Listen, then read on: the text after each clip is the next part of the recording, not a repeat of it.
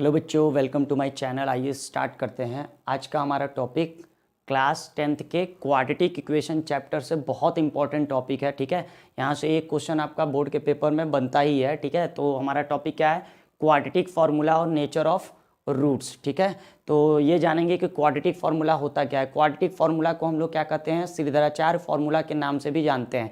ठीक है, तो क्वाड्रेटिक फार्मूला होता क्या है? जैसे हमें पता है कि हमारी जो जनरल इक्वेशन होती है क्वाड्रेटिक इक्वेशन की, क्या होती है?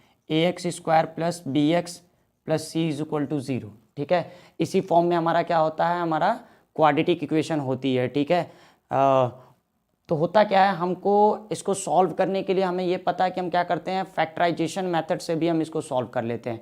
अभी तक हमने बहुत सारे क्वेश्चन क्या किए हुए हैं, क्वाड्रेटिक इक्वेशन के फैक्टराइजेशन मेथड से सॉल्व किए हुए हैं। ठीक है, तो कुछ क्वेश्चन ऐसे भी आते हैं जो हमारे क्या होते हैं, फैक्टराइजेशन मेथड से नहीं भी होते हैं।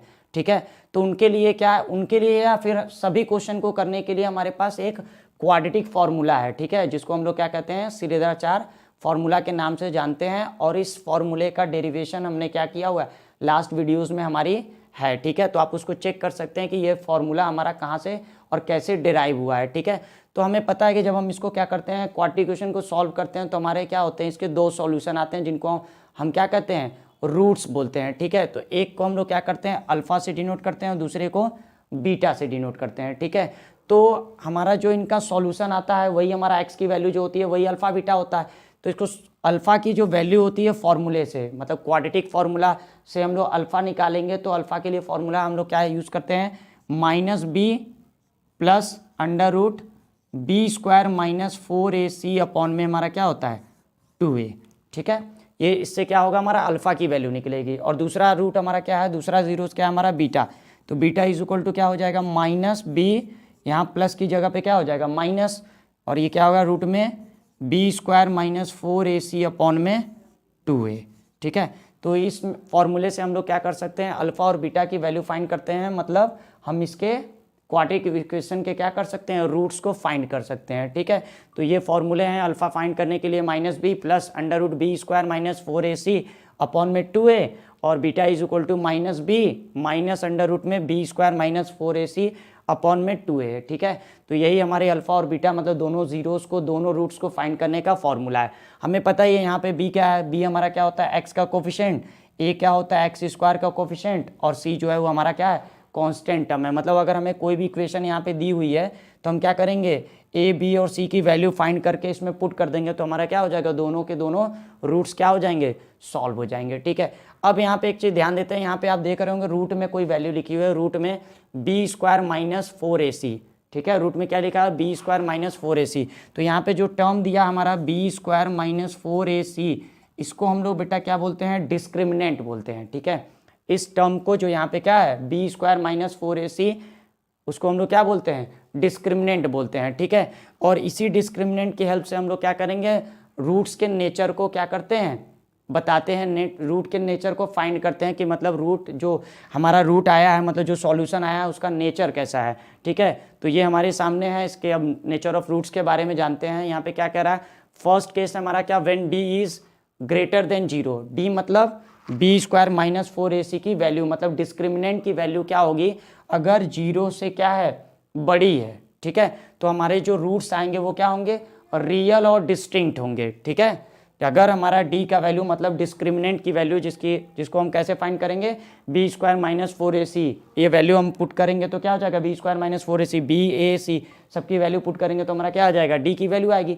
अगर ये d की वैल्यू क्या आती है, 0 से बड़ी आती है, तो जो हमारा नेचर होगा रूट्स का, रूट्स मतलब ये अल्फा बीटा, इनका जो नेचर होगा वो क्या होगा, रियल एंड डिस्टिंक्ट होगा। ठीक है, नेक्स्ट है when d is equal to 0, मतलब जो हमारा यहाँ पे वैल्यू निकल के आ रही है डिस्क्रिमिनेंट की, अगर इसकी वैल्यू क्या हो जाए, 0 के इक्वल हो जाए, तो जो इसके रूट्स होंगे वो क्या होंगे, मतलब अल्फा और बीटा के जो नेचर होगा वो क्या होगा, रियल एंड इक्वल होंगे। ठीक है, मतलब दोनों रूट्स ही क्या होंगे, इक्वल होंगे, और साथ में क्या होंगे, और रियल होंगे। ठीक है, नेक्स्ट केस है क्या हमारा, when d is less than 0, अगर d की वैल्यू क्या है हमारी, 0 से छोटी है। ठीक है, मतलब यहाँ पे जो वैल्यू हम फाइंड करेंगे, अगर ये वैल्यू क्या आती है, 0 से छोटी आती है। ठीक है, तो उस केस में जो हमारा नेचर होगा रूट्स का वो क्या होगा, इमेजिनरी होगा, और इसके कोई भी रियल रूट्स नहीं होंगे, मतलब नो रियल रूट्स होंगे। ठीक है, तो इन नेचर के इन कंडीशन ये जो केसेस दिए हुए हैं इस पर हमसे क्या करता है, क्वेश्चन पूछता है। ठीक है, तो नेक्स्ट वीडियो में हम क्या करेंगे, इस पे बेस्ड क्या करेंगे, कुछ क्वेश्चन को सॉल्व करेंगे। वहाँ पे क्या कहेगा आपको, या तो कहेगा कि इक्वेशन दी होगी, पूछेगा क्या कि दिखाइए कि क्या है इसके रूट्स रियल हैं या फिर इक्वल हैं, या फिर क्या कहेगा डिस्टिंक्ट हैं या नो रियल रूट हैं।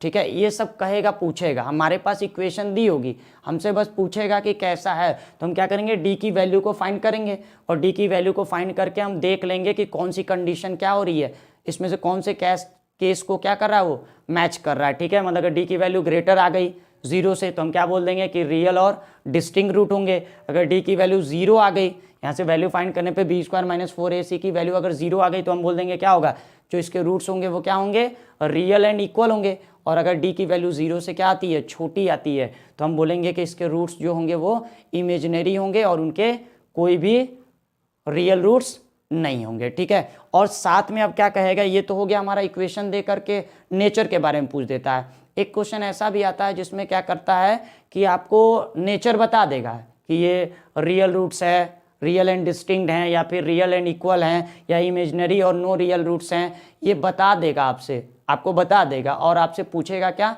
कोई भी वैल्यू उसमें क्या होगी, इक्वेशन में जो हमारा क्वाड्रेटिक इक्वेशन दिया होगा वहाँ पे कुछ अननोन होगा, के हो सकता है, पी हो सकता है, मतलब कोई भी अननोन वैल्यू होगी। ज़्यादातर क्या होता है वो के टर्म में आता है, तो आपसे पूछेगा के की वैल्यू फाइंड करिए।